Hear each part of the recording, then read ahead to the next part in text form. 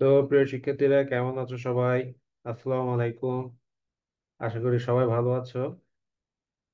তো আমি আছি আলহামদুলিল্লাহ ভালো, যদিও একটু ঠান্ডা লেগেছে। সিজনাল ইয়েতে আহ একটু শরীর খারাপ লাগছে। তারপরও তোমাদের সবাইকে আজকের ক্লাসে স্বাগত। আজকে আমরা যেটা আলোচনা করব সেটি হলো, কেমন আছো সবাই? আসসালামু আলাইকুম। তো যারা যারা লাইভ দেখছো, আহ আশা করি সবাই ভালো আছো। এবং তোমরা কে কে লাইভ দেখতেছো তারা প্রেজেন্ট লিখো।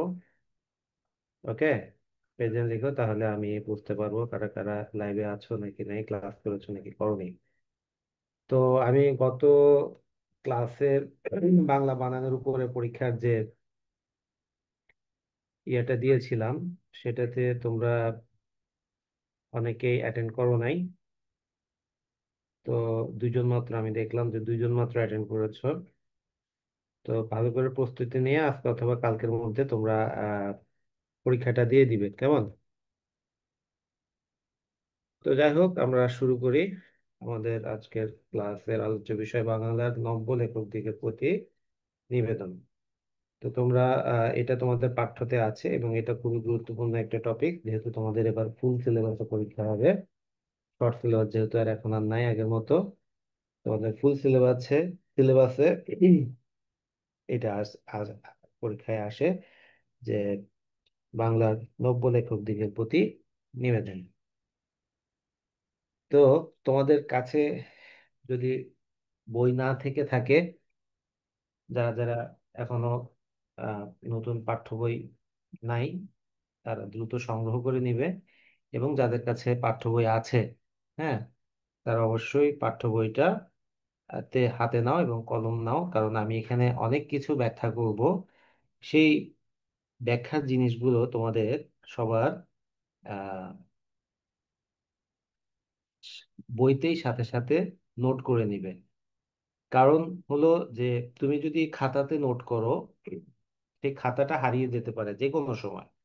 কিন্তু তুমি যখন একবার বইতেই নোটটা করে ফেলবে, বইতে যখন ব্যাখ্যাগুলো লিখে ফেলবে, তখন এটি আর হারানোর কোনো সম্ভাবনা থাকে না। তো আহ এজন্যই আমরা সবসময় মনে রাখবো যে বইতে আমরা দাগিয়ে দাগিয়ে পড়বো, বইতে আমরা সব ধরনের নোটস গুলো রাখবো। এবং যদি প্রয়োজন হয়, আমরা সেখানে বিভিন্ন স্টিকার নোট ব্যবহার করতে পারি। স্টিকার নোটগুলো তোমরা হয়তো বা চিনো না, আমি তোমাদেরকে একটু দেখাই। এই যে দেখো, আমার উপরে ডান সাইডে কোনায় দেখো, আমার ইনসাইডে আমি আছি। এই যে এখানে এরকম করে ছোট ছোট কিছু স্টিকার নোট আছে, হ্যাঁ, সেগুলো ব্যবহার করবে। তারপর আরো বিভিন্ন ধরনের আছে, বাটারফ্লাই স্টাইলে আছে, আহ, অন্যান্য অনেক স্টাইলের আছে, হ্যাঁ, এগুলো দাম বেশি না, কিন্তু খুব কাজ দেয়। তোমরা এই স্টিকার নোটগুলো ইউজ করবে, কারণ অনেক সময় আমরা বইতে জায়গা থাকে না লেখার মতো। তো তখন আমরা কি করব? তখন কিন্তু আমরা এই স্টিকার নোটে লিখে ওই পৃষ্ঠাতেই এটা কি লাগিয়ে রাখবো, যাতে পরবর্তীতে আমাকে আর খোঁজাখুঁজি করতে না হয়। ওকে। তো তোমরা যে যেখানে আছো, আশা করি সবাই ভালো আছো। আমরা ক্লাস শুরু করি। প্রথমেই আমি বলে নিই যে এটি বাংলার নব্য লেখক দিগের প্রতি নিবেদন। নিবেদন দ্বারা কি বোঝায়? নিবেদন দ্বারা প্রথমে আমাদের বুঝে নিতে হবে যে অনুরোধ। ঠিক আছে, নিবেদন দ্বারা অনুরোধ, হ্যাঁ, বা এরকম কিছু বোঝায়। হ্যাঁ, তারপর হচ্ছে লেখক দিগের মানে লেখকদের। এটা যেহেতু সাধু ভাষায় তিনি লিখেছেন, হ্যাঁ, তাই এটা লেখক দিগের বলতে কি বোঝাচ্ছে? লেখকদের। লেখকদের প্রতি তিনি কিছু কি করেছেন? নিবেদন বা অনুরোধ করেছেন। এখন নব্য মানে কি? নব্য মানে হচ্ছে নতুন, নতুন যারা তাদেরকে উদ্দেশ্য করে। এবং বাংলার মানে হচ্ছে যে বাংলার। হুম, বাংলার শব্দটা আমরা এটা পরে ব্যাখ্যা, এটা হচ্ছে যে বাংলা আগে লেখক যখন এই সাহিত্যটা লিখেছে, তিনি তখন এই বাংলায় ভাবে লিখতো না, আমরা এখন বর্তমানে যেভাবে বাংলা লিখি, হ্যাঁ, সেভাবে লিখতো না। তখন বাঙ্গালা এভাবে লিখতো। ওকে। তো পরবর্তীতে বাংলা থেকে বাংলা, বাংলা এভাবে এসেছে। বঙ্কিম চন্দ্র। এই বঙ্কিম চন্দ্র মানে কি? বঙ্কিম মানে কি? এই বঙ্কিম দেখো উমর সাথে কল যুক্ত হয়েছে। বঙ্কিম মানে হচ্ছে যে বাঁকা। বঙ্কিম মানে কি? বাঁকা। আর চন্দ্র মানে তো আমরা জানি চন্দ্র মানে হচ্ছে চাঁদ। এটা কিন্তু একবার পরীক্ষাতে এসেছে, তাই আমি আলোচনা করছি যে বঙ্কিমচন্দ্র চট্টোপাধ্যায়। এই যে এখানে এখানে ট যেটা আছে, ট এর নিচে একটা ছোট আকড়ার মতো আছে, এটা কিন্তু ট যোগ ট ফলা। ওকে, ট যোগ ট ফলা, এভাবে এটি লেখা হয় চট্ট। এটা অনেকে ভুল করে রফলা মনে করে, এটা আসলে রফলা নয়, এটি চট্টোপাধ্যায়। পাধ্যায় আবার পদ্মায় দিয়ে দিও না, এই পাধ্যায় বানানটা আমার মাথায় রাখতে হবে। তো আমরা নাম সম্পর্কে জানলাম, লেখক সম্পর্কে এখন একটু জানবো। লেখক বঙ্কিমচন্দ্র চট্টোপাধ্যায় 1838 খ্রিস্টাব্দের 26শে জুন পশ্চিমবঙ্গের 24 পরগনার কাঁঠালপাড়া গ্রামে জন্মগ্রহণ করেন। এটা নিয়ে একটা প্রশ্ন এসেছিল, বিসিএস এর প্রশ্ন এসেছিল যে নিম্নে কোন লেখক কাঁঠালপাড়া গ্রামে জন্মগ্রহণ করেছিলেন? এটি বঙ্কিমচন্দ্র চট্টোপাধ্যায়। তার যে গ্রামে তিনি জন্মগ্রহণ করেছিলেন সেই গ্রামের নাম হচ্ছে কাঁঠালপাড়া। ওকে। তো বাংলা ভাষার প্রথম শিল্পসম্মত উপন্যাস রচনার কৃতিত্ব তারই। এই লাইনটা মার্ক করো, খুবই গুরুত্বপূর্ণ লাইন।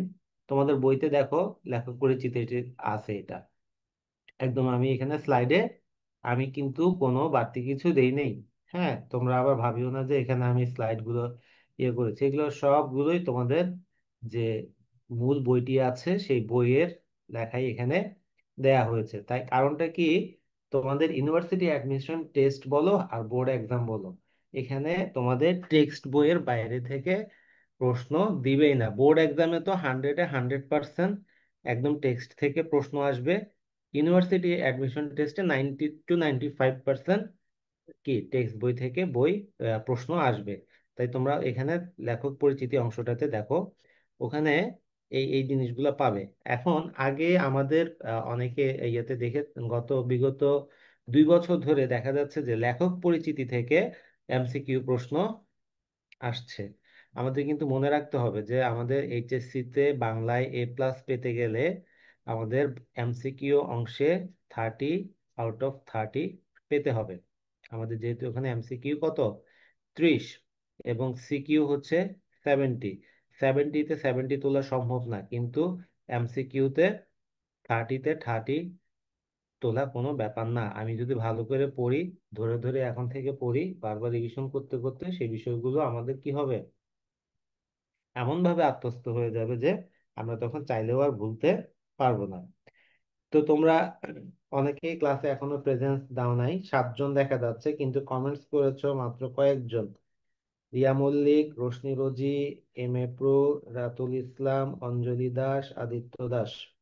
বাকিরা কোথায়? বাকিরা দ্রুত ইয়ে করো, লিখো। তো যা বলছিলাম যে তিনি বাংলা ভাষায় প্রথম শিল্পসম্মত উপন্যাস, কেমন উপন্যাস? শিল্পসম্মত বা সার্থক উপন্যাস। এই শিল্পসম্মত উপন্যাসের আরেকটা নাম হচ্ছে যে কি, সার্থক। ওকে, শিল্পসম্মত দ্বারা আবার আরেকটা উপন্যাস, মানে আরেকটা কথা যেটা বোঝায় সার্থক উপন্যাস হচ্ছে কার লেখা? বঙ্কিমচন্দ্র চট্টোপাধ্যায়ের লেখা। তার পিতা যাদবচন্দ্র চট্টোপাধ্যায়, তিনি কিন্তু অনেকটা বই লিখেছিলেন। হ্যাঁ, তিনিও বই লিখেছিলেন, তিনিও একজন সাহিত্যিক ছিলেন। তার পিতা যাদবচন্দ্র চট্টোপাধ্যায় ছিলেন ডেপুটি কালেক্টর। ডেপুটি কালেক্টর মানে আমাদের যে এখন ডিসি, যেটা জেলা প্রশাসক, সেই জেলা প্রশাসক পদমর্যাদার। 1858 খ্রিস্টাব্দে কলিকাতা বিশ্ববিদ্যালয়ের অধীনে বিএ পরীক্ষায় উত্তীর্ণ প্রথম স্নাতকদের মধ্যে তিনি একজন। মানে সোজা কথা, প্রথম স্নাতকদের ভিতরে, মানে আমাদের দেশে প্রথম বিএ পাস এই একমাত্র ব্যক্তি ছিলেন কে? প্রথম যিনি বিএ পাস করেছিলেন তিনি কে? বঙ্কিমচন্দ্র চট্টোপাধ্যায়। কত সালে? কোন বিশ্ববিদ্যালয় থেকে? কলিকাতা বিশ্ববিদ্যালয় থেকে। কোন পরীক্ষায়? বিএ পরীক্ষায়, মানে আমরা এখন যেটাকে অনার্স বলি, ব্যাচেলর অফ আর্টস। হ্যাঁ, স্নাতক মানে স্নাতক, বিএ কে বলা হয় স্নাতক। প্রথম তিনি ইয়ে করেন, তাও তিনি কিন্তু পাশ করেন নাই, তাকে 5 মার্ক গ্রেস দিয়ে তারপর পাশ করাতে হয়েছিল। ওকে। এখন তোমাদের মনে হতে পারে স্যার এটার এমন কি 5 মার্ক ইয়ে করছে, কিন্তু ওই সময় যে সিলেবাস ছিল, সেই সিলেবাস তো মানে তোমাদেরকে এখন যদি দিই, তোমরা সিলেবাস দেখলে তোমাদের মাথা ঘুরে যায়। হুম তাদের এত টাফ একটা ইয়ে ছিল। আরেকটা ব্যাপার ছিল যে ইংরেজরা চাইতো না আহ, আহ, এই দেশের মানুষ ভালো করে শিক্ষিত হয়ে উঠুক, তাই তাদেরকে পার্সিয়ালিটি করে ইচ্ছা করে ফেল করে দেওয়ার একটা মন মানসিকতা ছিল। তারপরে এত কিছু স্ট্রাগল করেও কি বঙ্কিমচন্দ্র কি করেছিল, বিএ পরীক্ষায় পাশ করেছিল এবং প্রথম স্নাতক তিনি হয়েছিলেন এই ভারতীয় উপমহাদেশের। তো পেশাগত জীবনে তিনি কি ছিলেন, একজন ম্যাজিস্ট্রেট ছিলেন। এটা আমাকে বিসিএস এর সময় আমাকে প্রশ্ন করেছিল, বঙ্কিম পেশাগত জীবনে কি ছিল, কি ছিলেন তিনি পেশাগত জীবনে, তিনি ছিলেন ম্যাজিস্ট্রেট এবং তিনিও কি ছিলেন, চাকরি সূত্রে খুলনা ম্যাজিস্ট্রেট হিসেবে থাকার সময় তিনি নীলকরদের অত্যাচার দমন করেছিলেন। তাহলে এটা প্রশ্ন আসতে পারে যে কে নীলকরদের, কোন সাহিত্যিক নীলকরদের অত্যাচার দমন করেছিলেন, এটা হবে কি নীলকরদের অত্যাচার দমন করেছিলেন মে- আহ, বঙ্কিমচন্দ্র চট্টোপাধ্যায়। এবং দায়িত্ব পালনে তিনি ছিলেন নিষ্ঠাবান, যোগ্য বিচারক হিসেবে তার খ্যাতি ছিল। তখন কেন বিচারক বলা হচ্ছে, এই যে যে ম্যাজিস্ট্রেট, এক সময় তারা বিচার করার কি ছিল, সক্ষমতা তাদের ছিল, পরবর্তীতে এটা এখন আর নাই। হ্যাঁ, তো বাংলা সাহিত্যে অসামান্য অবদানের জন্য তাকে সাহিত্য সম্রাটে উপাধিতে ভূষিত করা হয়। তাহলে এটা পরীক্ষায় আসতে যে সাহিত্য সম্রাটকে, হ্যাঁ সাহিত্য সম্রাট বলতে কাকে বোঝানো হয়, বঙ্কিমচন্দ্র চট্টোপাধ্যায়কে বোঝানো হয়। ওকে, তাহলে আমাদের মনে রাখতে হবে যে বঙ্কিমচন্দ্র চট্টোপাধ্যায়ের জন্ম কাঁঠালপাড়া গ্রামে এবং তিনি প্রথম বাংলা সাহিত্যের সার্থক উপন্যাস বা শিল্পসম্মত উপন্যাস রচনা করেছিলেন। তার বাবা ছিল যাদবচন্দ্র, তার বাবা ছিলেন ডেপুটি কালেক্টর। এবং 1858 সালে, 1858 সালে মানে সিপাহী বিদ্রোহের পরের বছর, হ্যাঁ, 1858 সালে তিনি কলকাতা বিশ্ববিদ্যালয় থেকে বিএ পরীক্ষায় এই ভারতীয় উপমহাদেশের ভিতরে প্রথম কি হন, স্নাতক হওয়ার যোগ্যতা অর্জন করেন। এবং পেশাগত জীবনে তিনি কি ছিলেন, একজন ম্যাজিস্ট্রেট ছিলেন। এবং চাকরি সূত্রে খুলনায়, বাংলাদেশের খুলনায়, কোথায়, বাংলাদেশের খুলনায় ম্যাজিস্ট্রেট হিসেবে যোগদান করে তিনি সেখানকার নীলকরদের অত্যাচার দমন করেছিলেন। এই নীলকর আমরা পড়ি, আমরা নীলকর সম্পর্কে জানি। নীলকর হচ্ছে যে আহ, মানে ব্রিটিশ কিছু ব্যবসায়ী ছিল, হ্যাঁ। তখন কাপড়ে রং করার জন্য নীল তৈরি করতে হতো, সেই নীল বাংলাদেশের মাটিতে বেশি ভালো হয়, এই জন্য তারা ব্রিটিশ ওই ব্যবসায়ীরা এসে এই জায়গার কৃষকদেরকে কি করতো, জোর জবরদস্তি করে তোমার ওটা নীল চাষ করতে বাধ্য করতো। না, যদি নীল চাষ না করতো তাহলে তাদেরকে মারধর করা থেকে নিয়ে গুম করে ফেলা, হত্যা করা, এরকম অনেক নৃশংস নৃশংস অপরাধ তারা করতো। এরপরে তারা আবার কি করতো, তারা দাদন দিত, দাদন মানে অগ্রিম টাকা দিত, হ্যাঁ। দিত যে 1 টাকা, লিখে রাখতো 100 টাকা। এরপরে দেখা যেত যে সেটার আবার সুদ, এভাবে দেখা যেত যে ওই কৃষকরা সারা জীবন সবকিছু ইয়ে করে দিয়ে দেওয়ার পরেও কি নিজ দেনা শোধ হতো না।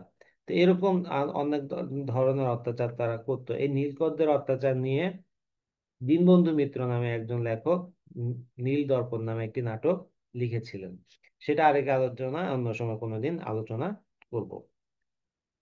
তো তিনি যে বাংলা সাহিত্যের অসাধারণ সাফল্য অর্জন করেছিলেন বাংলা সাহিত্য চর্চায়, তিনি কিন্তু প্রথমে কিন্তু বাংলা সাহিত্য লিখেননি, প্রথমে তিনি ইংরেজিতেই সাহিত্য চর্চা শুরু করেছিলেন। কিন্তু পরবর্তীতে বুঝতে পারলেন যে কি আমি ইংরেজিতে ভালো দখল হোক না কেন, আমার ভালো ইয়ে থাকুক না কেন, আমি এটা ভালো করতে পারবো না, কারণ আমি, আমার মাতৃভাষা কি না, ইংরেজি নয়।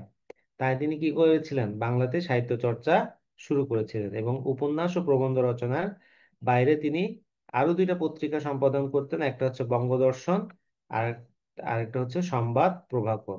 সংবাদ, সংবাদ না, সংবাদ যেভাবে আছে সেভাবেই। তো এই দুইটা পত্রিকা তিনি প্রকাশ করেছিলেন এবং সেগুলোর সম্পাদকের দায়িত্ব তিনি পালন করতেন। তো আহ এই পত্রিকায় কবিতা প্রকাশের মাধ্যমে, খেয়াল করো, 1852 সালে সংবাদ প্রভাকর পত্রিকায় কবিতা প্রকাশের মাধ্যমে তার সাহিত্য চর্চা শুরু। তিনি কিন্তু মূলত প্রতিষ্ঠিত হয়ে আছেন উপন্যাসিক হিসেবে। ওকে, উপন্যাস দিয়েই তিনি তার সাহিত্যিক স্থানটা দখল করে নিয়েছেন, সবার মনে জায়গা করে নিয়েছেন। কিন্তু তার সাহিত্য জীবনের শুরুটা হয়েছিল কবিতা লেখার মাধ্যমে। তিনি সংবাদ প্রভাকর পত্রিকায় একটা কবিতা লিখেছিলেন এবং 1852 সালে সেই সংবাদ প্রভাকর পত্রিকাতেই তিনি কি কবিতা লিখে তার সাহিত্য চর্চা শুরু করেন এবং দুইটা পত্রিকা তিনি সম্পাদনা করেছেন। একটা হচ্ছে কি উপন্যাস বাইরে বঙ্গদর্শন পত্রিকা সম্পাদনা করে এবং কি তিনি প্রকাশও করেছিলেন। এইখানে দেখো এটা খুব গুরুত্বপূর্ণ একটা জিনিস, বঙ্কিমচন্দ্রের মোট গ্রন্থ সংখ্যা কত? 34। মোট কয়টি গ্রন্থ তিনি লিখেছেন? 34টি গ্রন্থ তিনি লিখেছেন। সেখানে প্রবন্ধ গ্রন্থ, তারপর কবিতা, সাহিত্য রিলেটেড বিভিন্ন আলোচনা, এর মধ্যে তারপর আছে তোমার উপন্যাস, সব মিলিয়ে তিনি এই বিষয়গুলো তিনি করেছেন। তার টোটাল গ্রন্থ সংখ্যা হচ্ছে কত? 34। ওই যে বলেছিলাম যে তার বিখ্যাত আহ উম, উপন্যাস, হ্যাঁ, তার রচিত প্রথম উপন্যাস কোনটি? দুর্গেশ নন্দিনী। এটা দিয়ে তিনি কি, এই যে দুর্গেশ নন্দিনী, এটাই ছিল তার বাংলা সাহিত্যের প্রথম সে কি, আমি যে এখানে আমরা বলেছিলাম না, পড়েছিলাম যে কি শিল্পসম্মত, তাই না, মনে আছে? এই শিল্পসম্মত উপন্যাস বা সার্থক উপন্যাস বাংলা সাহিত্যের প্রথম এই দুর্গেশ নন্দিনী। তোমাদের এটা মাথায় রাখতে হবে যে আহ, এই শিল্পসম্মত উপন্যাস বা প্রথম সার্থক উপন্যাস এটা হচ্ছে যে কি শিল্প সম্মত, হ্যাঁ, অথবা সার্থক উপন্যাস, অথবা সার্থক উপন্যাস কোনটা? এই দুর্গেশ নন্দিনী। দুর্গেশ মানে দুর্গের নন্দিনী। হ্যাঁ, দুর্গের নন্দিনী এই উপন্যাসটা তোমরা হয়তো বা অনেকে পড়ো নাই, কিন্তু আমি পড়েছি।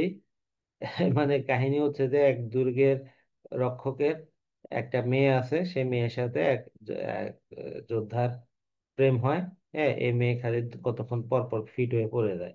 হ্যাঁ, কিছু একটা হলেই ফিট হয়ে পড়ে যায়, অতি আদরে বড় হয়েছে তো এই জন্য। তো এটা নিয়ে মূলত কাহিনী। তো এটা বাংলা সাহিত্যের প্রথম সার্থক উপন্যাস হিসেবে কি জায়গা করে নিয়েছে দুর্গেশ নন্দিনী। তোমাদের যদি প্রশ্ন আসে বাংলা সাহিত্যের প্রথম সার্থক উপন্যাস কোনটি, সেটা হলো দুর্গেশ নন্দিনী। আবার এটাই বঙ্কিমচন্দ্র চট্টোপাধ্যায়ের প্রথম উপন্যাস। এছাড়া তিনি আরো অনেকগুলো উপন্যাস লিখেছেন। তার কপালকুণ্ডলা, এটা আরেকটা বিখ্যাত উপন্যাস। মৃণালিনী, বিষবৃক্ষ, কৃষ্ণকান্তের উইল, এটা আরেকটা বিখ্যাত উপন্যাস। চন্দ্রশেখর, আনন্দমঠ, দেবী চৌধুরানী, রাজসিংহ, সীতারাম, হ্যাঁ, এগুলো তার আর অন্যান্য বিখ্যাত কিছু উপন্যাস। ইংরেজিতে তিনি একটা উপন্যাস লিখেছিলেন, সেটার নাম হচ্ছে রাজমোহনস ওয়াইফ। হ্যাঁ, এটি ইংরেজি উপন্যাসও তিনি লিখেছেন। এছাড়াও তিনি ধর্ম, দর্শন, সাহিত্য, ভাষা, সমাজ বিষয়ক অনেক ধরনের প্রবন্ধ লিখেছিলেন। তা আমাদের এই যে আলোচ্য বিষয় কি, আমাদের বঙ্কিমের আলোচ্য বিষয় হচ্ছে যে তার প্রবন্ধ। আমরা আজকে যেটা পড়বো সেটা হচ্ছে যে কি তার লেখা প্রবন্ধ। তাই আমাদের এই প্রবন্ধগুলো ভালো করে মনে রাখতে হবে। লোকরহস্য, বিজ্ঞান রহস্য, কমলাকান্তের দপ্তর, সাম্য, কৃষ্ণচরিত্র, বিবিধ প্রবন্ধ। হ্যাঁ, এই বিবিধ প্রবন্ধ থেকে আমাদের আজকের যে আমাদের যে প্রবন্ধ, আহ বাংলা নব্য লেখক দিগের প্রতিনিবেদন, সেই প্রবন্ধটা কি এখান থেকে আহ নেওয়া হয়েছে। তো এই প্রবন্ধ গ্রন্থগুলো দেখো: লোকরহস্য, বিজ্ঞান রহস্য, কমলাকান্তের দত্ত, সাম্য, কৃষ্ণচরিত্র এবং কি বিবিধ প্রবন্ধ। এখানে দেখো তিনি শুধু ধর্ম নিয়ে লিখেছেন, দর্শন নিয়ে লিখেছেন, সাহিত্য নিয়ে লিখেছেন। হ্যাঁ, ভাষা ও সমাজ বিষয় নিয়ে তার চিন্তা ভাবনা ছিল। তো আমাদের এই যে যে প্রবন্ধ মানে কি, প্রবন্ধ হচ্ছে যে একজন যখন কোনো একটা বিষয়ে নিজস্ব মতামত ব্যক্ত করে কিছু লিখে, তখন সেটাকে বলা হয় প্রবন্ধ। তো তিনি এখানে সাহিত্য বিষয়ক কি প্রবন্ধ তিনি লিখেছেন। আমাদের এই প্রবন্ধ যেটা বাংলার নব্য লেখক দিগের প্রতি নিবেদন, সেটি কি সাহিত্য বিষয়ক প্রবন্ধ। এবং এটা কোথা থেকে নেওয়া হয়েছে? বিবিধ প্রবন্ধ থেকে নেওয়া হয়েছে। তো আমি আবার বলছি, তোমরা যারা ক্লাস করতেছো তোমরা অবশ্যই অবশ্যই কি করবে, তোমাদের মেইন বইতে কথাগুলো লিখে রাখবে। কারণ হচ্ছে যে তোমরা যদি এগুলা ভালো করে মনে রাখতে না পারো, তখন তোমাদের কিন্তু এগুলো বারবার বলার সুযোগ থাকবে না। তাই আমি বলবো যে তোমরা এটাকে ইয়ে করো, আহ, মানে বইতে আমি যা যা লেখাচ্ছি তা সবগুলো ওখানে নোট করে নাও। তনয় ধর, রিয়া মল্লিক, রোশনি রোজি, এম এ, ওকে। ঠিক আছে, তাহলে আমরা এখন আলোচনা আগে, বঙ্কিমচন্দ্র 1894 সালে আহ 8 এপ্রিল কি কলকাতায় মৃত্যুবরণ করেন। কোথায় মৃত্যুবরণ করেন? কলকাতায় মৃত্যুবরণ করেন।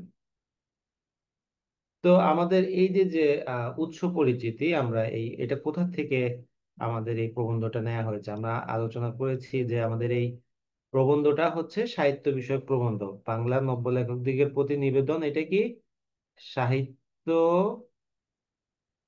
বিষয়ক প্রবন্ধ। ঠিক আছে, সাহিত্য বিষয়ক প্রবন্ধ। তো বঙ্কিমচন্দ্র চট্টোপাধ্যায় 19 শতকের আহ শ্রেষ্ঠ বাঙালি লেখক হিসেবে পরিচিত। বাংলা নব্য লেখকদের প্রতি নিবেদন রচনাটি প্রথম প্রকাশিত হয়, এই যে যে আমরা যে মানে কোথা থেকে ওই আমাদের এই প্রবন্ধটা আসলো, সেটা এই প্রবন্ধটা, হ্যাঁ, প্রথম প্রকাশিত হয়েছিল প্রচার পত্রিকায়। কোন পত্রিকায়? প্রচার পত্রিকায়, 1885 সালে। পরে এটি তার বিবিধ প্রবন্ধ নামক গ্রন্থের অন্তর্ভুক্ত হয়। কোন প্রবন্ধ? বিবিধ প্রবন্ধ। মানে এখানে তিনি সাহিত্য নিয়ে লিখেছেন, ধর্ম বিষয় এরকম অনেক কিছুই লিখেছেন। তো এই জন্য এটা নাম দিয়েছে বিবিধ, মানে নানা প্রকার। তো এবং এই পুরো প্রবন্ধটা কিন্তু সাধু রীতিতে লেখা। পুরো প্রবন্ধটা কোন রীতিতে লেখা? সাধু রীতিতে লেখা। প্রবন্ধটা আকারে কেমন? আকারে ছোট, কিন্তু এটা চিন্তার মৌলিকত্বে অসাধারণ। মানে এটা আমাদেরকে এমন কিছু নির্দেশনা দেয়, এমন কিছু শেখায়, যেটা আমাদেরকে মৌলিকত্ব, মৌলিকত্ব মানে কি, এটা কোনো কিছু থেকে কপি পেস্ট করা না, বা কোনো কিছু থেকে তিনি এটা কপি করেন নাই, নিজের মতো করে তিনি এটা লিখেছেন। এবং বক্তব্যের যে তাৎপর্য বিচার করলে আমরা প্রবন্ধটির একটা কি আছে, বৈশ্বিক আবেদন আছে। বৈশ্বিক আবেদন আছে মানে সর্বকালীন, মানে সব সময়ের জন্য একটা বৈশ্বিক আবেদন আছে। মানে এই যে বাংলা, তিনি যদিও লিখেছেন বাংলার নব্য লেখকদিগের প্রতি, মানে বাংলার যারা নতুন নতুন লেখক আসতেছে তাদের প্রতি তিনি যদিও এই প্রবন্ধটা লিখেছে, কিন্তু এটা পৃথিবীর যে কোনো ভাষার যে কোনো নতুন সাহিত্যিকের জন্য একটা কি গাইডলাইন হতে পারে। এই জন্য এই কথাটা এখানে বলা হয়েছে যে এই তাৎপর্য বিচারে প্রবন্ধটির একটা সর্বকালীন বৈশ্বিক আবেদন আছে। ওকে। তো নতুন লেখকদের প্রতি তিনি যে পরামর্শ এখানে উপস্থাপন করেছেন তার প্রতিটি বক্তব্যই কিন্তু কি পালনযোগ্য। এটা প্রশ্ন আসতে পারে যে মানে এখানে কোন কোন বক্তব্য পালনযোগ্য, তাহলে উত্তর কি হবে? প্রতিটি বক্তব্যই কি পালন যোগ্য। তো আমরা এখন প্রবন্ধের আলোচনা শুরু করব। তো তোমাদের প্রবন্ধের আলোচনা শুরু করার আগে আমরা বলি, এখানে তিনি মোট 13টি উপদেশ দিয়েছেন। 13টি উপদেশে তিনি একটা মানুষের জীবনে লেখক হতে চাইলে তাকে কি কি করতে হবে এ বিষয়ে সব ধরনের নির্দেশনা তিনি এখানে দিয়েছেন। তাই আমাদের প্রতিটা নির্দেশনা খুব ভালোভাবে বুঝে নিতে হবে। আমরা আবারও বলি যে বাংলার নব্য লেখক দিগের প্রতি নিবেদন, এই প্রবন্ধটা সাধুরীতিতে লেখা, এবং এটা একটা সাহিত্য বিষয়ক প্রবন্ধ। এটা কিন্তু কোনো গল্প না, এটা কি একটা প্রবন্ধ। এবং এখানে এই প্রবন্ধে তিনি 13টা গাইডলাইন দিয়েছেন, যেটা শুধু বাংলার না, পৃথিবীর যে কোনো ভাষার লেখকের জন্য একটা গাইডলাইন হতে পারে। ওকে। তো এর ভিতরে একটু বলে রাখি, তোমরা যারা যারা ক্লাস করতেছো, তোমরা ক্লাসগুলো, আমরা যে অনলাইনে ক্লাস করতেছি, পরীক্ষা হচ্ছে, তোমাদেরকে নোটস দিচ্ছি, হ্যাঁ, পিডিএফ নোটস গুলো দিচ্ছি। তো এগুলো একটু সিরিয়াসলি পড়বা, সিরিয়াসলি পরীক্ষায় অ্যাটেন্ড করবা, কেমন? আর হচ্ছে যে তোমরা তোমাদের ক্লাসমেটদেরকে একটু বলবে, ক্লাসমেটদেরকে বলবে, কারণ এরকম বাংলায় অনেকেই হয়তো বা খুঁজতেছে, বা তার একটা ভালো গাইডলাইন পাচ্ছে না। তাই তোমাদেরকে অনুরোধ থাকবে, তোমরা এরকম যারা আছে তোমাদের বন্ধু বান্ধব, তাদের কাছে আমার এই অনলাইন ক্লাসের খবরটা পৌঁছে দিবে, তাদেরকে শেয়ার করবে। মাত্র 500 টাকা একবার ভর্তি হলে যতদিন খুশি ততদিন সে কি, একদম বোর্ড এক্সাম না, একদম অ্যাডমিশন টেস্ট পর্যন্ত সে এখানে কি ক্লাস করতে পারবে। ওকে। তো আহ যা বলছিলাম যে আমাদের এই প্রবন্ধটা লেখক পয়েন্ট দিয়ে দিয়ে টোটাল 13টা পয়েন্ট আমাদের সামনে আলোচনা করেছেন। আমরা এখন সেগুলোই কি বিস্তারিত আলোচনা করব। তো আমি তোমাদেরকে এই স্লাইডে আমি এখানে যা যা লিখছি, লিখে লিখে ব্যাখ্যা করছি, তার সবকিছু তোমাদেরকে আমি স্লাইডটা পিডিএফ আকারে দিয়ে দিব। এটা তোমাদের বইতে দাগানোর কাজে খুব সাহায্য করবে আশা করি।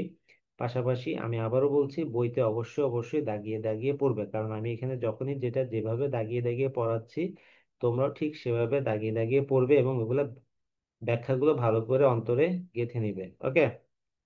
প্রথম যেই কথাটা তিনি বলেছেন, এটা একদম প্রশ্ন আসছে যে প্রথম পরামর্শ তিনি কি দিয়েছেন। এক নম্বর পরামর্শে তিনি বলেছেন যশের জন্য লিখিবেন না। যশ মানে কি? যশ মানে হচ্ছে খ্যাতি, হ্যাঁ, বা সুনাম। হুম। আমরা অনেকেই লিখি বা ফেসবুকে, যেমন আমরা অনেকেই ফেসবুকে বা ইউটিউবে কি করতে চাই? বিখ্যাত হতে চাই, সেলিব্রিটি হতে চাই। এই জন্য আমরা কি ফেসবুকে বা ইয়েতে করি। তো তখন তো লেখকদের কাছে গণমাধ্যম ছিল কি লেখালেখি। তাই তারা বলতেছে যে যশের জন্য লিখিবেন না। হ্যাঁ, তাহা হইলে যশও হইবে না, লেখাও ভালো হইবে না। লেখা ভালো হইলে যশ আপনি আসিবে। আপনি মানে কি? এমনি। হ্যাঁ, আপনি মানে এমনি, এখানে আপনি মানে আবার অনেকগুলো মিনিং বোঝায়। আপনি দ্বারা এমনিও বোঝাচ্ছে, আবার আপনি দ্বারা সর্বনাম হিসেবে সম্মানার্থক সর্বনাম বোঝাচ্ছে, আবার আপনি দ্বারা নিজ আপনি, একই বানান, আপনি দ্বারা নিজকে বুঝায়। কিন্তু এখানে আপনি দ্বারা কি বোঝাচ্ছে? এমনি আসিবে, মানে তোমার লেখা ভালো হলে কি হবে না, তোমার যশ এমনি চলে আসবে। যেমন জিনিসটা অনেকটা এরকম যে ইউটিউবে অনেকে ভিডিও বানায়, হ্যাঁ, কিন্তু ভিডিওর কোয়ালিটি অনেকের ভালো হয় না। তো ভালো হয় না, স্বাভাবিকভাবে সেগুলো লাইক ফলোয়ার সাবস্ক্রাইবার পায় না, খ্যাতিও তার হয় না। কিন্তু কোয়ালিটি কন্টেন্ট যদি হয়, কোয়ালিটি যদি ভালো হয়, তাহলে অটোমেটিক সাবস্ক্রাইবার, অটোমেটিক ভিউজ চলে আসে, তাই না? তো এখানেও লেখক সেই কথাটাই বলছেন যারা লিখতেছে তাদের জন্য, যে তুমি যশের জন্য লিখবে না। হুম। তাহলে তোমার যশও হবে না, লেখাও ভালো হবে না। তোমাকে ফোকাস করতে হবে কিসের ভিতর, কিসের উপরে? লেখা ভালো করার উপরে। লেখা ভালো করার উপরে ফোকাস করতে হবে। তোমার লেখা যদি ভালো হয়, তখন এই যশ আপনি আপনি আসিবে, মানে এমনিতেই চলে আসবে। ওকে। তোমার খ্যাতির জন্য লেখা যাবে না। হ্যাঁ, তখন খ্যাতির মানসিকতা ইয়া করে তুমি যখন লিখবে, তখন লেখা ভালো হবে না। কিন্তু তুমি যদি লেখা ভালো করার দিকে মনোযোগ দাও, তাহলে তোমার খ্যাতি এমনিতেই চলে আসবে। এরপরে 2 নাম্বার নিয়মে কি বলেছে? আরেকটা জিনিস, যে টাকার জন্য লিখবে না। আমাদের যেমন এই যে এখন দেখো ফেসবুকে অহরহ সবাই কি কন্টেন্ট ক্রিয়েটর, ফেসবুকে ডলার কামাইতে চায়, তাই না? ডলার কামাই বড়লোক হয়ে যেতে চায়। আসলে তুমি দেখো যে তোমার $1 বা $2 ইনকাম করতে যেই পরিমাণ এফোর্ট বা সময় ফেসবুকের পিছনে দেওয়া হচ্ছে, হ্যাঁ, ফেসবুকের পিছনে দিচ্ছ, এগুলো তো কোনো $1 $2 আইসা ওটাতে কি হবে? $1 $2 মানে সর্বোচ্চ 200 থেকে 300 টাকা। তোমার কতক্ষণ ওয়ার্কিং আওয়ারটা তুমি সেটার পিছনে নষ্ট করতেছো। তার চাইতে তুমি এমনি কোনো কাজ করো না, মাটি কাটলেও লেবারগিরি করলেও তার চাইতে বেশি ইনকাম করা যায়, তাই না? তো এই জন্য লেখক এখানেও সেটা বলছে যে টাকার কথা চিন্তা করে লিখিবেন না। হ্যাঁ, আমাদের মনে রাখতে হবে টাকার জন্য লেখা যাবে না। অনেকে মনে করে যে কি আরে আমি ফেসবুক ইয়ে করব, আমার লাখ লাখ ফলোয়ার হবে, আমি অনেক টাকার মালিক হয়ে যাবো, ভিউজ দিয়ে অনেক টাকা আসবে। একদম এটা কখনোই সম্ভব না। তো অনেকে এভাবে লেখালেখির সময় মনে করে আর আমি লিখবো, আমার লেখা বই অনেক সেল হবে, আমি অনেক টাকার মালিক হয়ে যাব। সেই কথা লেখক এখানে প্রথমে চিন্তা করতে মানা করেছে, বলেছে টাকার জন্য লিখিবেন না। ইউরোপে এখন অনেক লোক টাকার জন্য লিখে এবং টাকাও পায়। তাহলে কোথায় এখন অনেক লোক টাকার জন্য লিখে এবং টাকাও পায়, লেখাও কি ভালো হয়, কিন্তু আমাদের এখনো সেদিন হয় নাই। এখন অর্থের উদ্দেশ্যে লিখিতে গেলে লোকরঞ্জন প্রবৃত্তি প্রবল হইয়া পড়ে।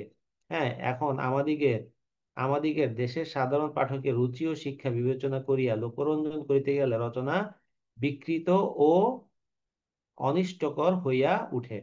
খেয়াল করো, লেখক বলেছে টাকার জন্য না লিখতে। অনেকে ইউরোপে টাকার জন্য অনেকেই লেখে। যেমন আমাদের দেশে আমরা নেতারা কি করে, বক্তব্য শোনানোর জন্য বিভিন্ন লোক ভাড়া করে আনে।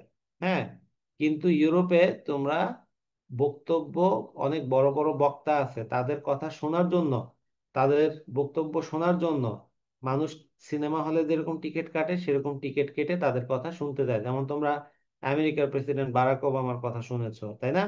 সে বারাক ওবামা একটা বক্তব্য দেওয়ার জন্য $50,000 কি নেয়, ফি নেয়। তো তার এই একটা বক্তব্য শোনার জন্য অনেক মানুষ টিকিট কেটে ওখানে তার বক্তব্য শুনতে যায়। তো এখন আমাদের দেশে তো এটা সম্ভব না। আমাদের দেশে কোনোভাবে এরকম টাকা দিয়ে কেউ বক্তব্য শুনতে যাবে না। তা আমাদের দেশ আর ইউরোপ সম্পূর্ণরূপে আলাদা। কেন আলাদা? কারণ আমাদের দেশের মানুষের শিক্ষা মানসিকতা, ইউরোপের মানুষের শিক্ষা মানসিকতা আকাশ পাতাল পার্থক্য আছে। তো লেখক এখানে বলতেছে যে ইউরোপে অনেক লোক টাকার জন্য লেখে। টাকার জন্য কিরকম লিখে? মনে করো আমি একজন অনেক বড় সেলিব্রিটি, আমার হাতে সময় নাই, আমি একটা লোককে নিয়োগ করলাম যে তুমি আমার একটা জীবনী লিখো। ওই যে এত বড় বড় দেখো না, যে বড় বড় লেখকরা কি করে, বড় বড় সিনেমার বড় বড় রাজনৈতিক ব্যক্তি, তারা এইভাবে কি করে, বই লিখে। আমি তো ছোট থাকতে বুঝতাম না, আরে তারা কেমনে এত সময় পায়, কেমনে লিখে, এই সেই। পরে বড় হয়ে না জানতে পারলাম যে ঘোস্ট রাইটার নামে একটা জিনিস আছে, ঘোস্ট রাইটার, ঠিক আছে? মানে এরা তোমার হয়ে লিখে দিবে, বিনিময়ে তুমি তাদেরকে টাকা দিবা। ওকে। এবং লেখাটাও কি, তাদের লেখাটাও কি অনেক বেশি ভালো হয়। ওকে। তো এই যে কন্টেন্ট রাইটার বা কন্টেন্ট ওই যে কপি রাইটার এরকম যেমন আছে, হ্যাঁ, এখানেও ঠিক তেমন। তারা তোমার কাছ, মানে সে যে লিখছে এটার কোনো সে সত্য দাবি করবে না, লেখার নাম হবে তোমার, কিন্তু সে তোমার কাছ থেকে টাকা নিবে। তো এই তো এটাই বলতেছে লেখক, ইউরোপে অনেক লোক টাকার জন্য লেখে এবং টাকাও পায়, লেখাও তাদের ভালো হয়, কিন্তু আমাদের এখনো সেদিন হয় নাই। কেন হয় নাই? কারণ এই যে যে টাকার উদ্দেশ্যে, মানে অর্থ লাভের উদ্দেশ্যে, আমরা যখন অর্থ লাভের উদ্দেশ্যে আমরা লিখতে যাব, তখন লোকরঞ্জন প্রবৃত্তি প্রবল হইয়া ওঠে। খেয়াল করো, লোকরঞ্জন মানে কি? মানুষের মানুষের এন্টারটেইন করা, মানুষের এন্টারটেইনের বাংলাটা কি, মানে এন্টারটেনমেন্টের বাংলাটা কি, মানে কাউকে কারো মনোরঞ্জন করা। হ্যাঁ, লোকরঞ্জন করা বলতে কি বোঝাচ্ছে? মনোরঞ্জন করাটাকেও বোঝাচ্ছে। তো প্রবৃত্তি, প্রবৃত্তি মানে কি? আচরণ। হ্যাঁ, আচরণটা, আমাদের সেই আচরণটা প্রবল হয়ে ওঠে। প্রবল মানে কি? শক্তিশালী বা বড় বা বিশাল বা হ্যাঁ, আমরা এটা ভেবে ধরি শক্তিশালী। মানে যখনই আমি মনোরঞ্জনের জন্য লিখবো বা অর্থ টাকা কামানোর জন্য লিখবো, হ্যাঁ, সেটার প্রবৃত্তিটা অন্যরকম হয়ে যাবে। যেমন দেখো, এই যে ফেসবুকে, আমি আসলে তোমাদের ফেসবুকের উদাহরণ দিচ্ছি, ইউটিউবের উদাহরণ দিচ্ছি, এই কন্টেন্ট ক্রিয়েশনের নামে অনেকে বাসার প্রাইভেসি, ফ্যামিলি প্রাইভেসি কিছুই রাখতেছে না, সব ফেসবুকে দিয়ে দিচ্ছে। এরকম হচ্ছে না? তারা তারা আসলে কোয়ালিটির টাকা কামাই করার চিন্তাতে, তাদের মানে মাথায় লোকরঞ্জন, হ্যাঁ, মনোরঞ্জন করা, আরেকজনের এন্টারটেইনমেন্ট করা, এই জিনিসটা প্রবল হয়ে উঠছে তাদের মাথার ভিতরে। ওইটাই কি এমন ভাবে শক্তিশালী একটা জায়গা দখল করে নিছে, বা তারা এমন ভাবে স্ট্রংলি তাদের মাথার ভিতরে ওটা গেঁথে গেছে, তারা আসলে আর কোয়ালিটি জিনিসটার দিকে তাদের আর নজর থাকে না। এই কথাটা এখানে বলছে যে অর্থের জন্য লিখিতে গেলে লোকরঞ্জন প্রবৃত্তি প্রবল হইয়া উঠে। মানে আর তখন সে চিন্তা করে যে কি, অনেকে দেখবা যে অনেক কিছু লিখে, লেখার পরে কি প্রচুর গালি খায়, তাদেরকে ইয়ে করে। আবার অনেকে দেখবা এমন ভাবে লিখছে, মানুষের মনে হচ্ছে যে আরে মানে আমাদের আহ, কি তার লোকটা কত ভালো, এরকম করে মনে হয়। হ্যাঁ, যেমন এই যে কয়েকদিন আগে আমি ফেসবুকে একটা পোস্ট দিলাম যে কি, যে চাকরির বয়স, সরকারি চাকরির বয়স 33 করা হয়েছে, এটা কাজটা ভালো হয় নাই। আমি জানি যে অনেকে এটা ফেড আপ হবে, অনেকে আমার উপরে ক্ষেপে যাবে, এবং সেটাই হয়েছে। আমি তো লোকরঞ্জন করার জন্য বলি নাই, আমি যেটা বাস্তব সেটাই বলছি। কারণ যে 30-এ যার চাকরি হচ্ছে না, সে 33-এ গিয়ে তার কেন চাকরি, কেমনে চাকরি হবে? সে তো 33 পর্যন্ত কি ওভাবে সময় নষ্ট করবে? তো এই যে যে কর্ম ঘন্টা নষ্ট হচ্ছে, আমাদের ইয়াং এনার্জি নষ্ট হচ্ছে আমাদের দেশে। 30 বছর বয়সে সরকারি চাকরির জন্য বসে থাকে, বুড়া হয়ে যায়। হ্যাঁ, আবার তুমি ইউরোপ আমেরিকাতে গেলে তারা 30 বছর বয়সে মানে মোটামুটি চাকরির মিড মিড লেভেলে পৌঁছে পৌঁছে যায়।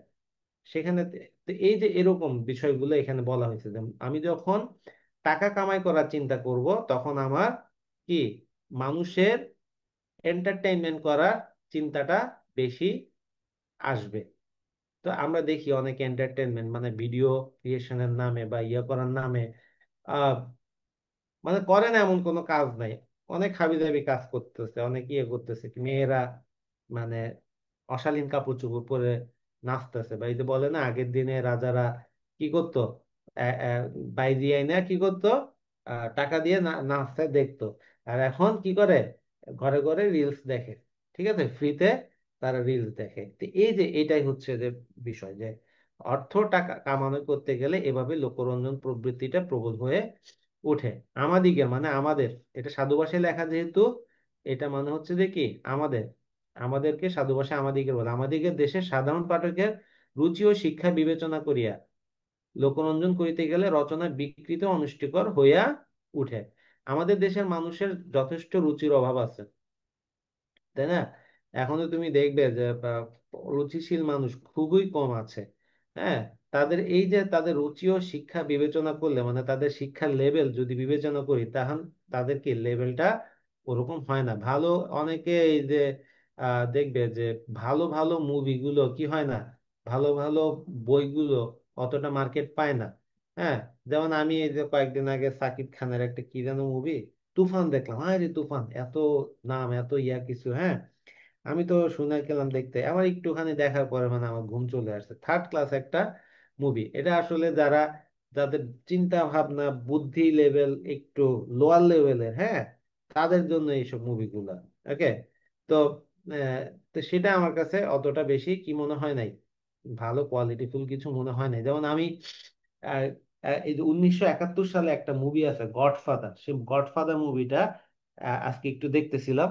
তো কিন্তু প্রতিটা কথা প্রতিটা ডায়লগ বেস্ট।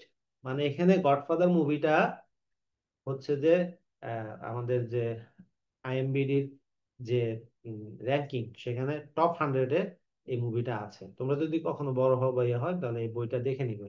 আল পেচনো এখানে অভিনয় করছে। তো যাই হোক, এই যে সাধারণ পাঠকের রুচি ও শিক্ষা বিবেচনা করে আমরা যদি এই লোকরঞ্জন করতে যাই, তাদের এন্টারটেনমেন্ট করতে যাই, তখন রচনাটা বিকৃত হোক এবং অনিষ্টকর হয়ে পড়ে। বিকৃত, দেখো বিকৃত মানে কি, স্বাভাবিক নয় এরকম, ঠিক আছে, স্বাভাবিক নয়। হ্যাঁ, কোনো কারণে তার আকৃতির পরিবর্তন হয়েছে। অনিষ্টকর, ক্ষতিকর, অনিষ্টকর মানে কি, ক্ষতিকর, ক্ষতিকর হইয়া উঠে। স্বাভাবিক, দেখো এই যে যে মানে আহ, এই মানে ভিউ কামানোর জন্য তারা এমন কিছু কাজ করে, হ্যাঁ, বা এমন কিছু ইয়া করে যে উম, সেটা মানে আর বলার ইয়াতে থাকে না।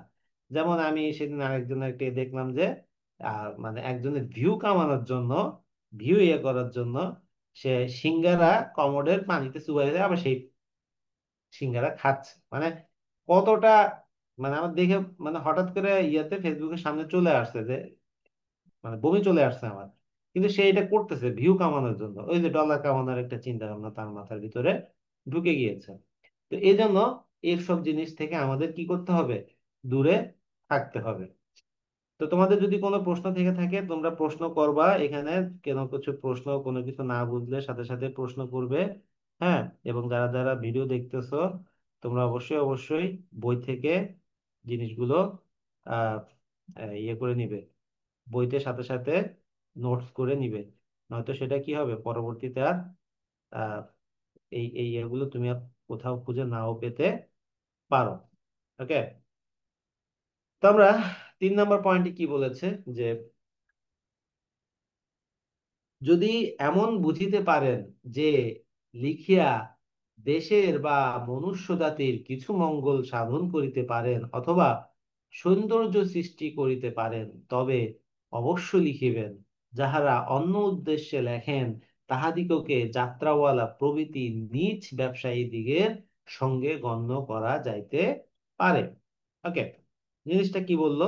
বললো যে যদি মনে করেন, হ্যাঁ যদি মনে এমন বুঝিতে পারেন, মানে যদি মনে হয়, হ্যাঁ, লিখিয়া দেশের বা মনুষ্য জাতির কিছু মঙ্গল সাধিত করিতে পারিবেন, মানে লিখলে দেশের বা মনুষ্য জাতির, সেটা শুধু দেশের না, মানব সভ্যতা, হ্যাঁ, বা মানুষ জাতির কিছু মঙ্গল মানে ভালো সাধন করিতে পারবেন, মানে ভালো ভালো করবে। এই লেখাটা দেশ ও জাতির জন্য একটা মঙ্গলজনক কিছু, দেশ ও জাতির ভালো কিছু করবে, এরকম যদি মনে হয় তাহলে সেই লেখাটা তিনি লিখতে বলেছেন। অথবা দিয়ে আরেকটা কথা বলেছেন যে সৌন্দর্য সৃষ্টি করতে পারেন। সৌন্দর্য সৃষ্টি করার ব্যাপারটা একটু ব্যাখ্যা করি, এটা একটা গুরুত্বপূর্ণ বিষয়। প্রথমত আমরা দেশ ও জাতির মঙ্গল করার বিষয়টা আমরা বুঝতে পারছি, কিন্তু সৌন্দর্য সৃষ্টি করার ব্যাপারটা এটা কি? সৌন্দর্য, কবিরা অবশ্যই সৌন্দর্য সৃষ্টি করে। কিভাবে সৌন্দর্য সৃষ্টি করে? যেমন আমরা এই যে এখন শরৎকাল, এখন এই যে কাশফুল, হ্যাঁ, কাশফুল আমরা দেখি। কাশফুল নিয়ে অনেক, এমন কোনো মেয়ে পাওয়া যাবে না যে কাশফুল পাইলে ছবি না তুলে থাকবে। হ্যাঁ, তো সেটা যেই বয়সেরই হোক, যে বয়সেরই হোক, কাশফুল পেলে সে কাশফুলের সাথে ছবি তুলবেই, কাশফুলের নরম ছোঁয়া তার পেতে হবেই। ওকে, তো এই যে যে কাশফুল, এটা যে একটা ফুল, এই ফুলটার যে একটা সৌন্দর্য আছে, এটা সর্বপ্রথম আমাদেরকে কে শিখাইছে? সর্বপ্রথম আমাদেরকে এই জিনিসটা শিখিয়েছে রবীন্দ্রনাথ। মানে রবীন্দ্রনাথের কবিতার কারণেই আমরা কাশফুলটাকে আবিষ্কার করলাম, এটা একটা সুন্দর কিছু। তো এভাবে তিনি একটা সৌন্দর্য সৃষ্টি করেছেন। কালিদাসের কথা শুনছি, কালিদাস তার মেঘদূত কাব্যে, ওখানে তিনি মেঘকে দূত হিসেবে তার প্রেমিকার কাছে বার্তা প্রেরণ করেছেন, মেসেজ পাঠিয়েছেন। হ্যাঁ, তো এই যে যে মেঘের সৌন্দর্যটাকে, মেঘটাকে একটা অন্যভাবে দেখা, কালিদাস এভাবে একটা মেঘের সৌন্দর্য সৃষ্টি করেছেন। আবার দেখো, আমরা যে শিশির, ধা- ঘাসের উপরে শিশির বিন্দু, হ্যাঁ, সেই শিশির বিন্দু, ঘাস, সবুজ ঘাসের যে সৌন্দর্য, এগুলো কার কাছ থেকে শিখলাম? এগুলো কার শিখলাম? আমরা জীবনানন্দ দাশের কাছ থেকে। তো এভাবে তারা সৌন্দর্য সৃষ্টি করেছেন। এই জিনিসগুলো যে সুন্দর, এটা আমরা অনেকে আগে বুঝতে পারি নাই, কিন্তু এই কবিরা আমাদের সামনে সেই সৌন্দর্যটা তুলে ধরেছেন। এভাবে এই সৌন্দর্য সৃষ্টি হয়। তো লেখক বলেছেন, মানে আমাদের বঙ্কিমচন্দ্র চট্টোপাধ্যায়, তিনি বলেছেন যে যখন আমরা সৌন্দর্য সৃষ্টি করতে পারবো, অথবা মানুষের ভালো কিছু হবে, দেশ বা জাতির ভালো কিছু হবে, এরকম যদি মনে হয় যে আমার এই লেখার মাধ্যমে হবে, তাহলে অবশ্যই লিখতে বলছেন। তখন কি? অবশ্যই লিখিবেন, মানে অবশ্যই লিখবেন আপনি। যাহারা, এই যে যাহারা, এখানে চন্দ্রবিন্দু কেন দিয়েছে? সম্মানার্থে, ঠিক আছে, সম্মানার্থে। যাহারা অন্য উদ্দেশ্যে লেখেন তাহাদিগকে যাত্রাওয়ালা প্রভৃতি নীচ ব্যবসায়ী দিগের সঙ্গে গণ্য করা যাইতে পারে। মানে যারা সৌন্দর্য সৃষ্টি বা দেশ ও জাতির কল্যাণ, এগুলোর চিন্তা বাদ দিয়ে অন্য কোনো উদ্দেশ্যে লিখে, সেই উদ্দেশ্যটা কি? মনোরঞ্জন করা, টাকা কামাই করা, হ্যাঁ, তখন তাদেরকে লেখক বলেছেন যে কি, তারা যাত্রাওয়ালা প্রভৃতি নীচ। এই নীচ বানানটা দেখো, নয় দীর্ঘইকার নীচ। এই নীচ মানে হচ্ছে যে আহ খুবই খারাপ। ওকে, খুবই খারাপ বা ন্যাক্কারজনক, বা খুবই মানে আমরা বলি না, তুই এত ছোট লোক, হ্যাঁ, বা এত ইয়া, এই বুঝাতে নিচ কথাটা এখানে ব্যবহার হয়। আর এমনিতে নিচে মানে আসো, আমি গাছের নিচে দাঁড়িয়ে আছি, গাছের নিচে ছায়া দাঁড়িয়ে আছি, তখন হবে রস্মিকা। এই নিচে মানে হচ্ছে যে কি, আন্ডার। হ্যাঁ, এই নিচে মানে হচ্ছে যে আন্ডার। আর এই নিচ মানে হচ্ছে যে তোমার সংকীর্ণ, হ্যাঁ, সংকীর্ণ বা ছোট লোক। এই নিচ মানে আমরা দুটাকে, আমরা যদি বলি যে ছোট লোক, ছোট লোক বা সংকীর্ণ মানসিকতা, এরকম যখন বোঝায় তখন নিজ কথাটা বলা হয়। তো আমাদের বলেছেন যে লেখক, যে যারা অন্য কোনো উদ্দেশ্যে লিখে, তাদেরকে তিনি কিসের সাথে তুলনা করেছেন? যাত্রাওয়ালা। এই যাত্রাওয়ালা কারা? যাত্রা তোমরা হয়তোবা দেখো নাই, ইউটিউবে সার্চ দিলে দেখবে যে যাত্রা মানে গ্রামে গঞ্জে আগে তো এন্টারটেনমেন্ট এত ছিল না, টিভি ছিল না, মোবাইল ছিল না। তখন কি করতো, তখন তারা এই যে আম, একটা মানে অনেক সময় শীতকাল আসলেই বিভিন্ন গ্রামে গ্রামে যাত্রা হতো। যাত্রাটা অনেকটা মঞ্চ নাটকের মতো, একটা মঞ্চ তৈরি হয়, সে মঞ্চের চারদিকে গোল হয়ে দর্শকরা বসে এবং সেখানেই মানে একটা কোনো কাহিনী কি করা হয়, মঞ্চস্থ করা হয়। তো মনে করো, আর ওখানে সুরগুলো একটু অন্য লেভেলের হয়, অন্যরকম করে একটু সুর হয়, তাদের পোশাক আশাক গুলো একটু উদ্ভট ধরনের হয়ে থাকে, হ্যাঁ। সেখানে ইয়ে হয়, তো তাদের এই মানে ডায়লগ গুলার স্টাইলটা একটু অন্যরকম হয় এবং ঘটনাগুলোর বেশি গভীরতা থাকে না, কারণ এগুলো যেহেতু গ্রামের সাধারণ মানুষের উদ্দেশ্যে লেখা। হ্যাঁ, তারা বেশি গভীরতা জটিলতা থাকলে তারা সেগুলো বুঝবে না, এই কারণে ওগুলোতে এত বেশি গভীরতা থাকে না। তো ওই যাত্রাপালা তাদের মূল ইয়া কি, তারা যাত্রাপালার মূল আহ যাত্রাওয়ালাদের মূল ইয়াটা হচ্ছে, লক্ষ্য হচ্ছে যে টাকা কামাই করা। ওকে। তারা এই শীতকাল আসলে শুকনো মৌসুমে গ্রামে গ্রামে গ্রামে গ্রামে ঘুরে, হ্যাঁ, এবং ঘুরে ঘুরে তারা টিকিট বিক্রি করে কি করে, ওই একই একই জিনিস বারবার পারফর্ম করে এবং দেখায়, এবং ওখানে তারা নাচ করে, গান করে, হ্যাঁ, অভিনয় করে, সবকিছু মেলে। হ্যাঁ। তো এই এই এটা হচ্ছে আমাদের যাত্রাওয়ালাদের কথা। তারা টাকার জন্য মানে ইয়ে করে। তো এই জন্য লেখক তাদেরকে নিজ ব্যবসায়ীদের সাথে তুলনা করেছেন, মানে খুবই খারাপ আহ, বা সংকীর্ণ অথবা আহ, মানে মানে ইয়া বুঝাতে, খারাপ বুঝাতে তিনি এই তাদেরকে যাত্রাওয়ালার সাথে গণ্য করেছেন। এরপরে আসে যাহা অসত্য। এখানে দেখো অ উপসর্গ ব্যবহার করে সত্য শব্দের বিপরীত কথা মিথ্যা, মিথ্যা বোঝাতে এটা বলা হয়েছে। অসত্য মানে কি, মিথ্যা। ওকে। আমি যদি অটা কেটে দিই তাহলে হয় সত্য। আর সত্যের আগে অ মানে না অর্থে ব্যবহৃত হয়েছে। অটা এখানে কি হিসেবে এসেছে, উপসর্গ অ, উপসর্গ হিসেবে বসে না উপসর্গ এবং না অর্থে, হুম,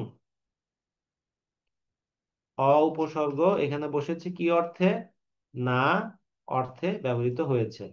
তাহলে কি, যাহা অসত্য ধর্ম বিরুদ্ধ, পরনিন্দা বা পরপীড়ন বা স্বার্থ সাধন যাহার উদ্দেশ্য, সেই সকল প্রবন্ধ কখনো হিতকর হইতে পারে না, সুতরাং তাহা একেবারে পরিহার্য। খেয়াল করো, ধর্ম বিরুদ্ধ মানে যেটা বলছে মিথ্যা, যে লেখাটা মিথ্যা।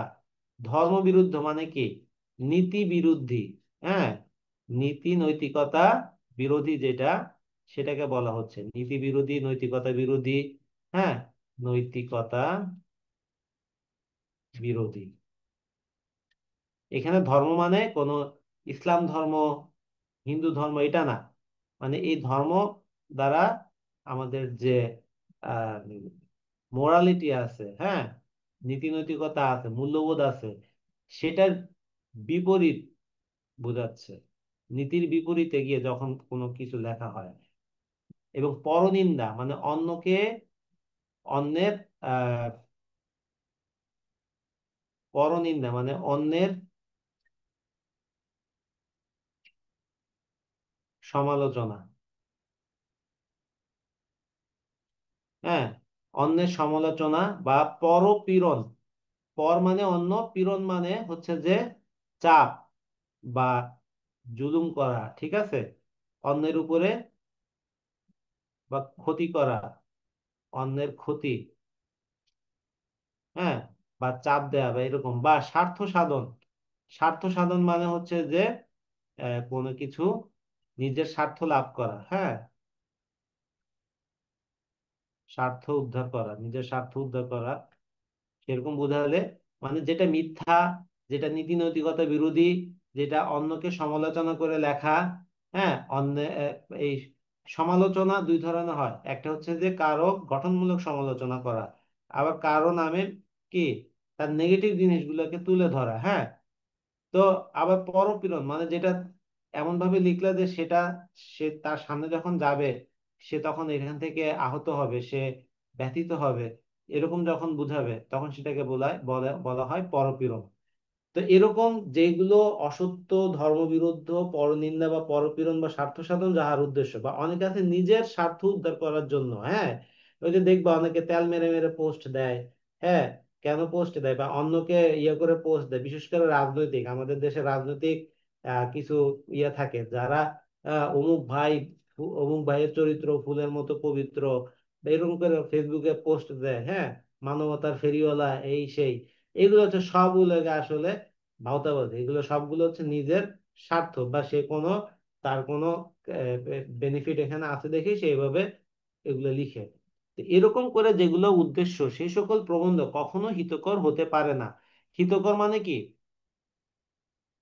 হিতকর মানে হচ্ছে যে ভালো, অথবা উপকারী। ওকে, ভালো অথবা কি উপকারী, এরকম যখন হয় তখন সেটাকে বলে হিতকর। মানে এগুলো কখনোই ভালো হতে পারে না, সুতরাং তাহা একেবারেই পরিহার্য। পরিহার্য মানে হচ্ছে যে কি, যেটা ত্যাগ করতে হবে, পরিহার্য। আমরা অপরিহার্য বলি, আমরা অপরিহার্য শব্দটার সাথে বেশি পরিচিত, কিন্তু পরিহার্য মানে পরিত্যাগ বা ত্যাগ করা, হ্যাঁ, বা বিসর্জন, বা বাদ দেয়া। হ্যাঁ, মানে যেগুলো এরকম মিথ্যা, নীতি নৈতিকতা বিরোধী, অন্যের সমালোচনা করে লেখা, অন্যের ক্ষতি করার উদ্দেশ্যে লেখা, বা নিজের স্বার্থ উদ্ধারের জন্য লেখা, এগুলো কখনো ভালো হতে পারে না। এগুলোকে আমাদের কি করতে হবে? ত্যাগ করতে হবে, বা বিসর্জন দিতে হবে, অথবা বাদ দিতে হবে। এরকম লেখা যারা লিখে, তাদের আইডি তোমরা সাথে সাথে দেখলে ব্লক করে দিবা। ওকে। তো কারণ হচ্ছে যে এইসব সুবিধা মানে মানুষের লেখালেখি পড়ে তোমার আবার মাথায় কি হতে পারে, এটার একটা প্রভাব পড়তে পারে। তাই এগুলো একদমই পাত্তা দিবে না, যখন এরকম কাউকে কিছু দেখবে এগুলো একদম সাথে সাথে আনফ্রেন্ড করে দিবা, বা একেবারে ব্লক করে দিবা, যাতে তোমার ইয়ে করতে না পারে। কারণ এরা স্বার্থের জন্য তোমাকে বা তোমার কোনো লেখাকে আবার স্ক্রিনশট নিয়ে বা ইয়ে করে তোমার ক্ষতি করতে পারে। তো যাই হোক, আমাদের লেখক এই কথার পরে যেটা বলেছেন যে সত্য ও ধর্মই সাহিত্যের উদ্দেশ্য, খুবই গুরুত্বপূর্ণ লাইন, এটা মার্ক করো, পারলে হাইলাইটার দিয়ে মার্ক করে ফেলো। সত্য ও ধর্মই সাহিত্যের উদ্দেশ্য। ওকে, আমরা জানি যে সাহিত্য হচ্ছে সমাজ জীবনের দর্পণ। সাহিত্য আমাদের সমাজ জীবনের দর্পণ। সাহিত্য আমাদেরকে ভালো কিছু শেখাতে পারে। হ্যাঁ, এই জন্য সাহিত্যকে সবসময় সত্য হতে হবে। যেমন যেই সাহিত্যে রিয়েলিটি থাকে না, যে সাহিত্যটা সৌন্দর্য সৃষ্টি করতে পারে না, দেশ ও জাতির মঙ্গল কামনা করতে পারে না, সেগুলো কখনোই সাহিত্য না। এই জন্য সাহিত্যের ধর্ম বা উদ্দেশ্য কি? সত্য ও ধর্মই। ধর্ম মানে কি? নীতি নৈতিকতা। ঠিক আছে, নীতি নৈতিকতাই হচ্ছে সাহিত্যের আসল উদ্দেশ্য। অন্য উদ্দেশ্যে লেখনী ধারণ করা মহাপাপ। মানে যারা অসত্য, ধর্মবিরুদ্ধ, পরনিন্দা, পরপীড়ন, স্বার্থ সাধনের জন্য লিখে, তারা আসলে মহাপাপ করে।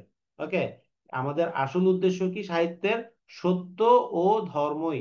এখানে ধর্ম বলতে নীতি নৈতিকতা বোঝানো হচ্ছে। ওকে, এখানে ধর্ম দ্বারা ওই আমাদের কোন যে প্রচলিত ধর্মগুলো আছে সেটা না, আমাদের এখানে ধর্ম দ্বারা কি বোঝানো হচ্ছে? নীতি নৈতিকতা। ওকে, তো অন্য কোনো উদ্দেশ্যে আমাদের এই লেখনী ধারণ করাটাকে লেখক কি করেছেন? বলেছেন মহাপাপ হিসেবে আখ্যায়িত করেছেন।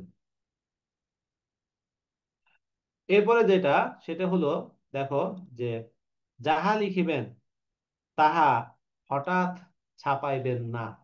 হ্যাঁ, তুমি যেটা লিখেছো সেটা সাথে সাথেই ছাপাবেন না বা প্রকাশ করবেন না।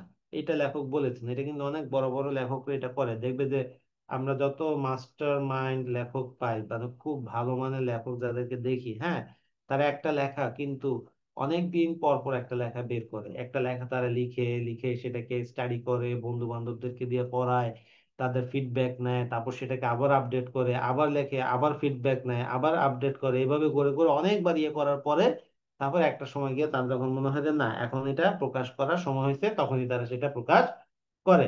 তো লেখক এটা আমাদেরকে বলেছেন যে লিখে মাত্র সাথে সাথে সেটা কি ছাপাতে যেন না যায়। হ্যাঁ, তাহলে আমাদের কি হবে? লেখার ভিতরে অনেক ফল্ট থাকতে পারে, অনেক ভুল থাকতে পারে, অনেক আমরা আবার হয়তোবা লেখা ছাপানোর পরে মনে হবে যে আর এই জিনিসটাতে এখানে আমি আবার অ্যাড করলে ভালো হতো। এর জন্য লেখক সাথে সাথে সেটা ছাপাতে মানা করেছেন। এখন লেখক ছাপাতে মানা করছেন, আমি তোমাদেরকে বলবো তোমরা ফেসবুকে যে কোনো একটা লেখা লিখেই সেটার সাথে সাথে পোস্ট করিও না। ওকে। তারপর কি বলছে দেখো, কিছুকাল ফেলিয়া রাখিবেন, মানে কিছুদিন এটা ফেলে রাখবেন, কিছুকাল পরে উহা সংশোধন করিবেন, এরপরে কিছুদিন পরে সেটাকে আবার সংশোধন করবে, তাহা হইলে দেখিবেন প্রবন্ধে অনেক দোষ আছে। কাব্য নাটক উপন্যাস দুই এক বছর ফেলিয়া রাখিয়া তারপর সংশোধন করিলে বিশেষ উৎকর্ষ লাভ করে।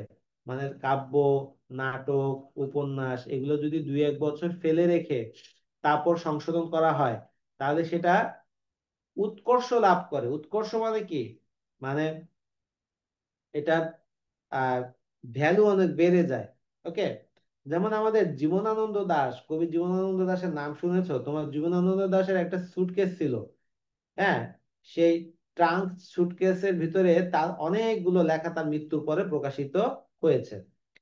তো ওই ট্রাঙ্কে যে লেখাগুলো পাওয়া গেছে, এটা ধারণা করা হয় যে লেখক এগুলো ওই যে লিখেছে, লেখার পরে এভাবে ফেলে রেখেছিল, যাতে পরবর্তীতে আবার তিনি এটাকে মানে এডিট করে তারপর আবার কি উৎকর্ষ আরো হাই লেভেলের ইয়ে করে আপগ্রেড করে তারপর সেটা প্রকাশ করবেন। তো যাই হোক, দ্বিতীয় হঠাৎ করে তিনি মৃত্যুবরণ করাতে সেটা সম্ভব হয় নাই। তো এই যে যে লেখক এখানে যাহারা সাময়িক সাহিত্যের কার্যে ব্রতী, তাহাদের পক্ষে এই নিয়ম রক্ষাটি ঘটিয়া উঠে না। সাময়িক সাহিত্য, সাময়িক সাহিত্য জিনিসটা কি, মনে করো হঠাৎ করে আমাকে একটা নিউজ প্রেজেন্ট করতে হচ্ছে, হ্যাঁ, হঠাৎ করে কোনো আলোচনা অনুষ্ঠানে আমাকে একটা লিখিত বক্তব্য পাঠ করতে হচ্ছে, হ্যাঁ, অথবা তোমাকে হঠাৎ করে একটা রিপোর্ট লিখতে বলা হলো, তখন আমাদের এই নিয়মটা রক্ষা করা যায় না। এজন্য সাময়িক সাহিত্য লেখকের পক্ষে অবনতিকর। তো লেখক বলেছে যে কোনো একটা লেখা লিখেই যাতে আমরা না ছাপাই, কিছুকাল ফেলিয়ে রাখি, কিছুকাল পরে আবার উহা সংশোধন করে, তাহলে দেখবেন প্রবন্ধে অনেক দোষ আছে। আমরা এইভাবে যখন কিছুদিন পরে আমরা ওই ওই লেখাটা, প্রবন্ধ বলতে এখানে কিন্তু প্রবন্ধ বোঝায় নাই, এখানে বোঝানো হচ্ছে যে লেখা, ঠিক আছে, সেটা কবিতা হোক নাটক হোক যাই হোক, সেটা যখন আমরা আবার সংশোধন ইয়ে করবো তখন দেখবো যে এখানে এটা কি অনেকগুলো কি পাওয়া যাবে, দোষ পাওয়া যাবে, ফল্ট পাওয়া যাবে, আমরা সেটাকে আপগ্রেড যাতে করতে পারি। এভাবে কাব্য নাটক উপন্যাস আমাকে দুই এক বছর ফেলিয়ে রাখে, কয় বছর, দুই এক বছর, এটা মার্ক করো। কাব্য নাটক উপন্যাস লেখক কয় বছর ফেলিয়ে রাখতে বলছে, দুই এক বছর ফেলিয়ে রাখে তারপর সংশোধন করিলে বিশেষ উৎকর্ষ লাভ হয়। তাহলে কোনো কাব্য নাটক উপন্যাস দুই এক বছর ফেলে রেখে তারপর সংশোধন করলে কি লাভ হয়, বিশেষ উৎকর্ষ লাভ হয়। কি লাভ হয়, বিশেষ উৎকর্ষ, মানে তার ভ্যালুটা অনেক বেড়ে যায়, তার এই লেখার মান অনেক ভালো হয়।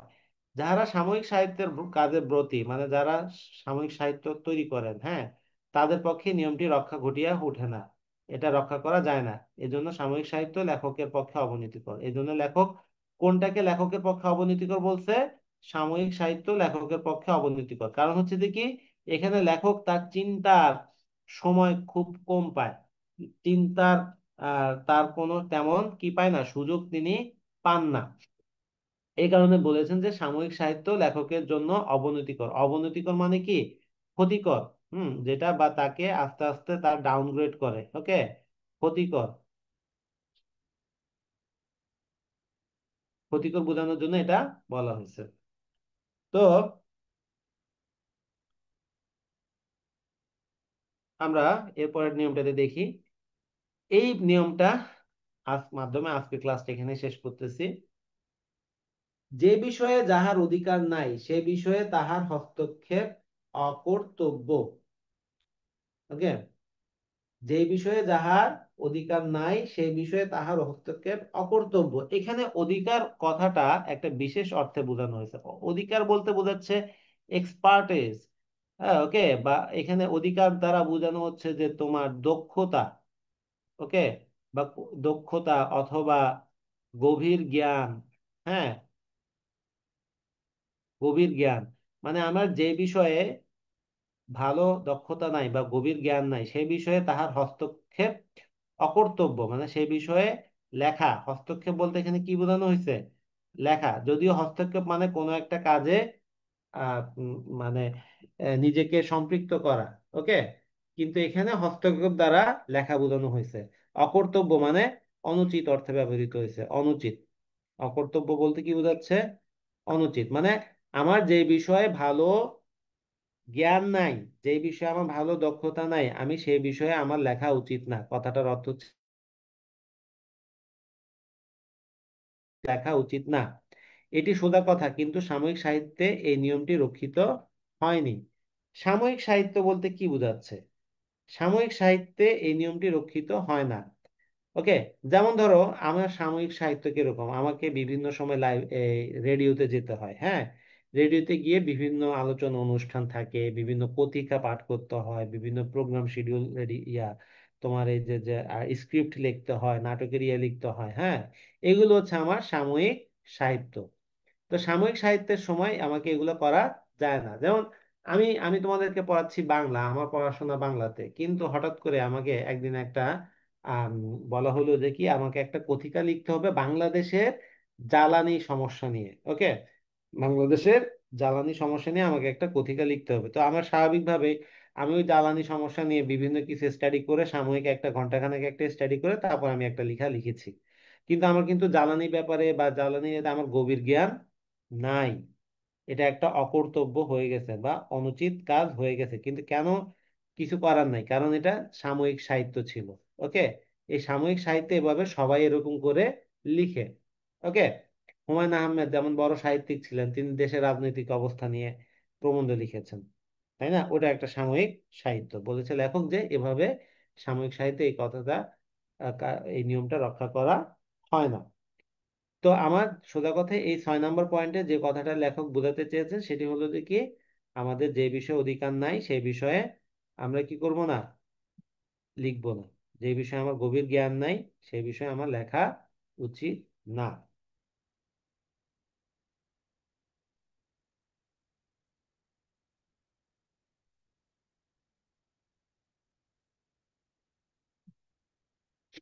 তো ঠিক আছে, আজকে আমরা এই 6 নাম্বার স্লাইড পর্যন্ত আলোচনা করলাম।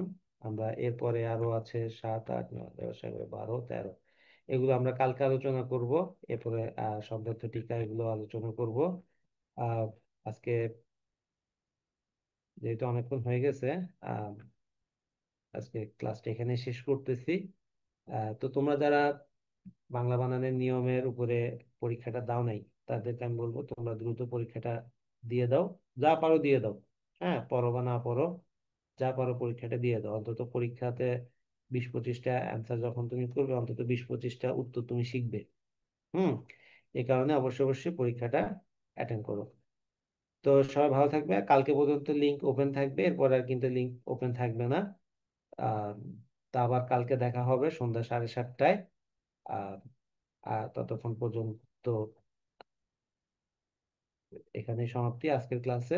ভালো থাকবে সবাই, আল্লাহ হাফেজ, আসসালামু আলাইকুম।